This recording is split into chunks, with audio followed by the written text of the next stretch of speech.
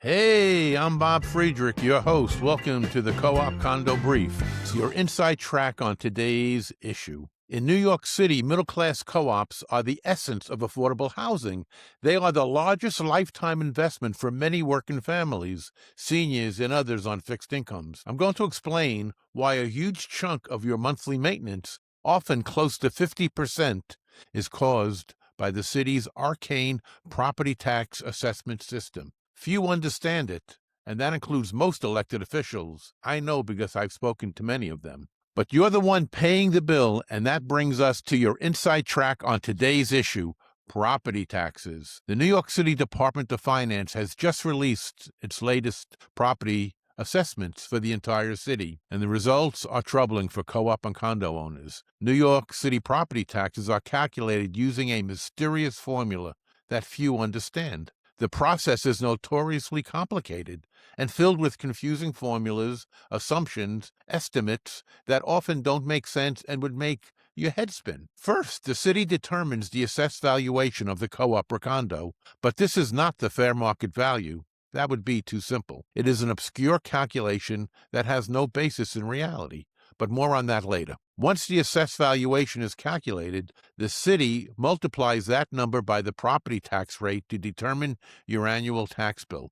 The tax rate is established by the city council and changes little year after year. Why? Because the city's ever-increasing assessed valuations automatically generate more revenue, even when the rate stays the same. Politicians can claim they're not raising taxes, but as assessed values climb, so do your bills. It's a clever system. Taxes go up, but the rates stay the same. So how does the city come up with this assessed value? You might think it's based on your home's actual market price, but that's not the case. The truth is, it's convoluted, sausage-making, arcane process, but let's break it down. Step 1, the Department of Finance treats your entire co-op or condo development as if it were a fictional rental property that's for sale. Then it estimates what an imaginary buyer would pay for it. This fictional sales price is labeled the market value. Step 2, how do they determine this hypothetical market value? Well, the DOF must determine the profitability of this fictional rental building. To do this, the city creates imaginary financial statements. It invents rental income from tenants who don't exist, then subtracts building expenses, also invented, from a rental building that doesn't exist, and the difference is the fictitious profit. The city then compares these make-believe numbers to so-called comparable commercial rental properties, even though co-ops are not commercial rental properties, making this entire process dubious at best. Step 3.